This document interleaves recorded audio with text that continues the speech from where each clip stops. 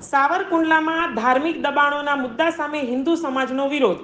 સાવરકુંડલા શહેરમાં ગત દિવસથી ધાર્મિક દબાણોનો મુદ્દો ચર્ચાસ્પદ બન્યો છે.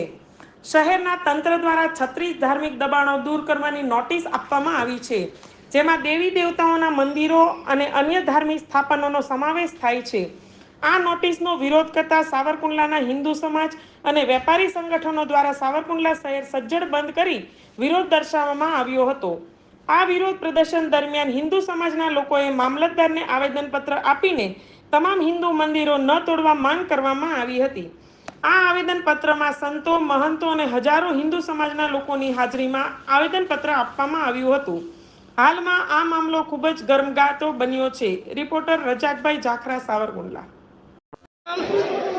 ગત તારીખ 17ના રોજ સાવરકુંડલાના વિવિધ 34 હિન્દુ મંદિરોના જે પૌરાણિક મંદિરો છે એને તંત્ર દ્વારા નોટિસ આપવામાં આવી હતી, જેના વિરોધની અંદર સમસ્ત હિન્દુ સમાજની અંદર ભારે રોષ હતો.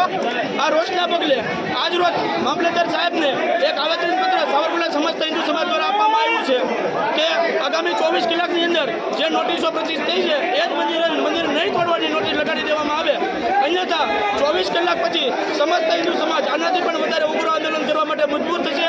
એટલે તંત્રને આ તકે વિનંતી કરીએ છીએ કે આ મંદિરો તોડવાની જે નોટિસ અમારા 150 વર્ષ જૂના મંદિરો છે એને તોડવાની નોટિસ આપી હતી, ગેરવ્યાજબી છે. અમારા સંતોમાં પણ ખૂબ રોષ છે, સમસ્ત હિન્દુ સમાજ ખૂબ રોષમાં છે. આની લાગણીને માગણી સમજી અને છેલ્લી તક આપી 24 કલાકમાં પાછું લઈ લેજો. જય શ્રી રામ.